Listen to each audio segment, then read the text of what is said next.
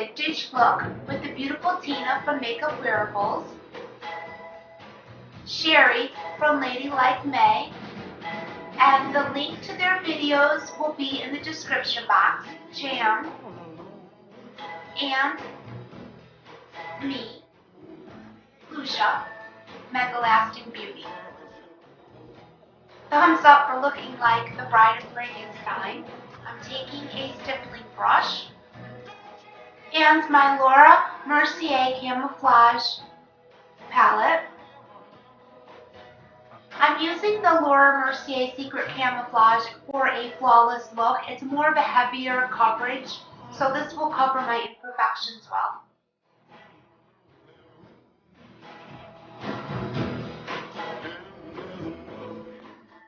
So the foundation doesn't crease under my eyes. I'm going to tap it in and also tap in any problem areas that I might have. The secret to a flawless foundation application is to do one area of the face at a time. This is the way you get a nice even coverage. Another good tip is to tap the product into your skin. This will really work the product in, and also you're less likely to have cakey applications.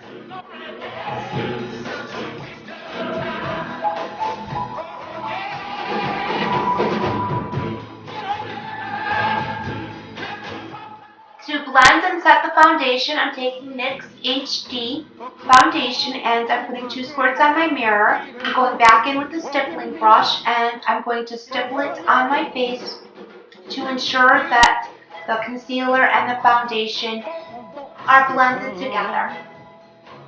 Another good tip for using a stippling brush is to lightly stipple the foundation into your skin. Only use the little hairs very lightly and go in a circular motion. This method is sure to give you an airbrushed finish to your foundation.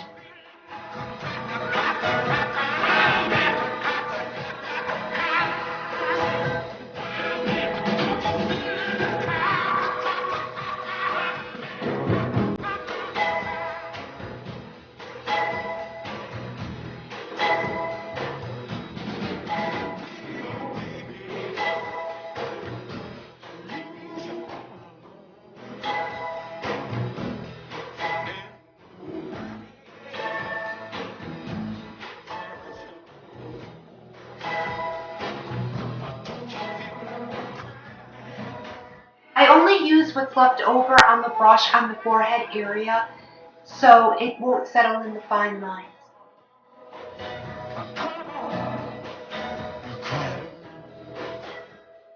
To prevent demarcation, don't forget the neck area. To shape my brows, I'm using a spoolie from e.l.f. The 50s brow is heavily arched, so I'm going to try to shape my sparsely brows into the highest arch possible.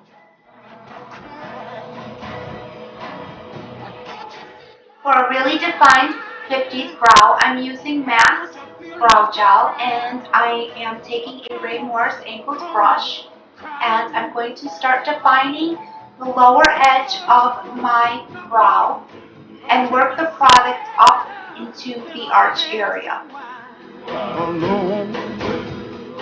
I find it easier to put more product on the bottom half of my brow and work the product up towards the top.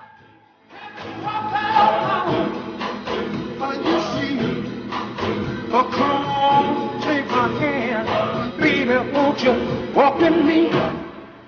Oh yeah. I find using an angled brush, and I'm using the one from Sonia Kasick and some concealer from Laura Mercier's palette, really helps to get a more defined brow.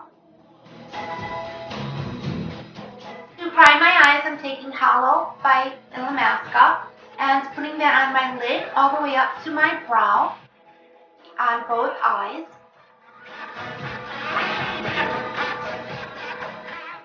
To set the pigment, I'm using Brulee from MAC and a 224 brush. For For the crease, I'm using Wedge by MAC and that same 224 brush by MAC. When your baby.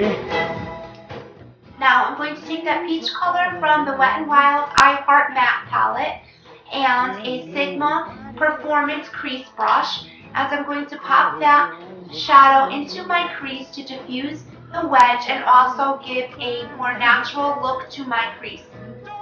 Now I'm taking a pointed shadow brush from Ray Morris and the brown eyeshadow, and I'm going to put a little bit on the brush and I'm going to further define the crease just following the natural shape of my eye.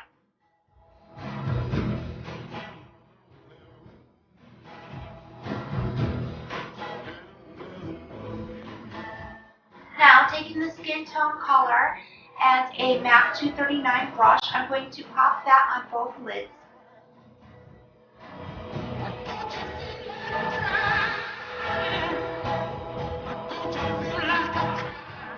And the inner corner as well. And taking that 224 brush, I'm going to blend it all together.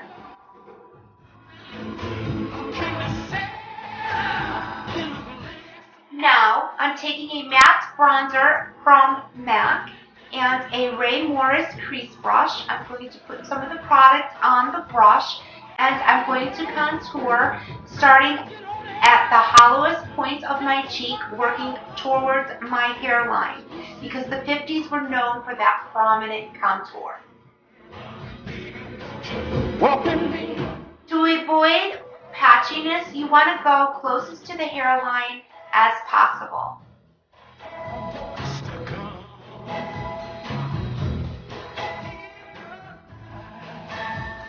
For a more chiseled effect, don't forget the sides of the face.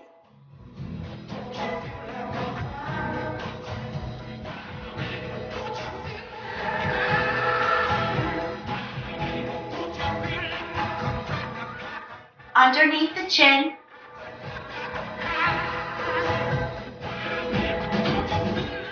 For that 50s rosy glow, I'm using a blush from the Flushed palette from Urban Decay. And with an angled brush by Crown, I'm going to put that in the apples and drag the product up towards the hairline. Little Black Dress by Hard Candy, liquid liner. And I'm only going to outline my eyes going closest to the lash line just to give a guide for where I want to put my false lashes.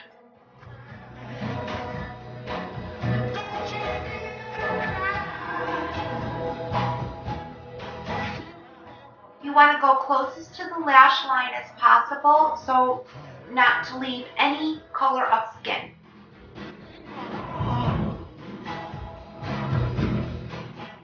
Ardell Wispies, Revlon glue in dark. Do a little dance for 60 seconds so the glue becomes tacky and apply your lashes. I put extra pressure on the outer area of the lashes just to ensure that they don't lift. While the glue dries, I'm taking Luster Drops Sun Rush by MAC and I'm applying that to the highest points of my cheek as a highlight, on the forehead and down the nose, the Cupid's bow. I'm taking MAC Soft and Gentle and a setting brush from Real Techniques and going to further set the highlight.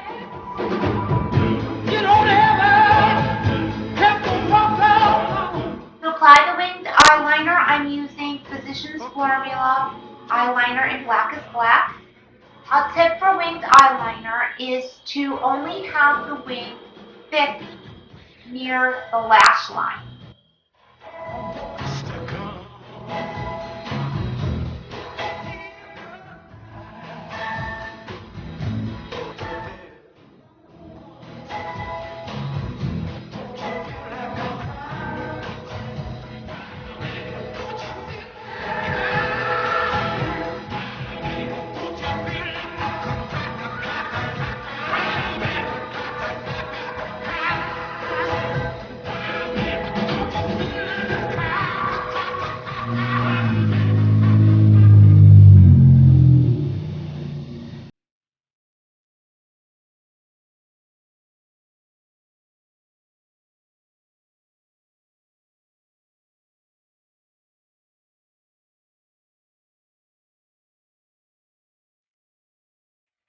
To clean up any fallout that may have occurred, I'm taking the Laura Mercier concealer and a Real Technique shadow crease brush.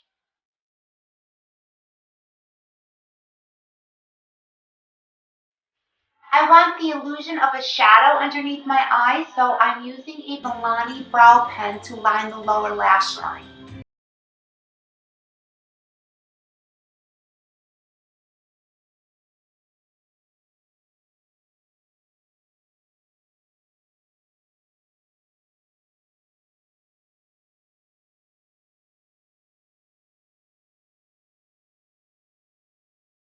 To set the makeup, I'm taking Laura Mercier finishing powder, and I'm going to take the powder and I'm going to blot it into my skin. I'm not going to rub, I'm just going to pat.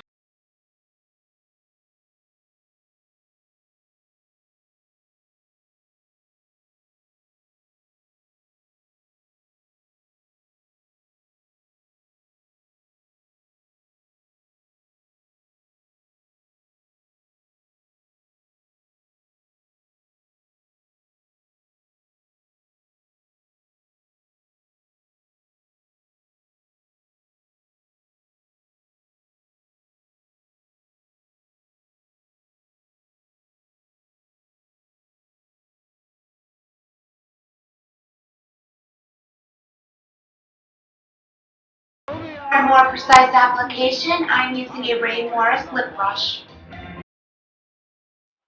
Number one rule for applying dark lipstick: build, build, build.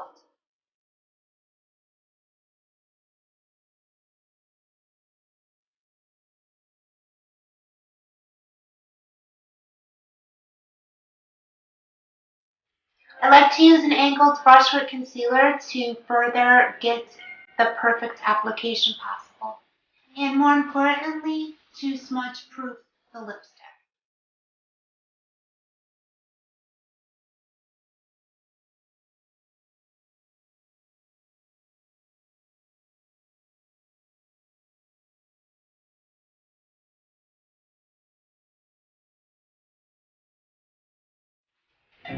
Mascara by MAC. To prevent mascara fallout, rub the applicator in a paper towel before applying to the lashes.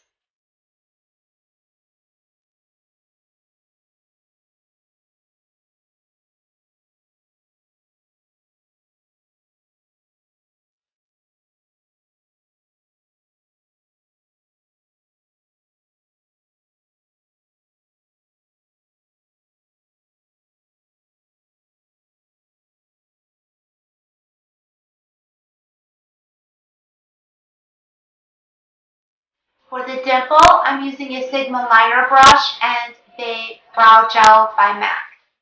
I had so much fun doing this tutorial that I kind of over-exaggerated a little bit.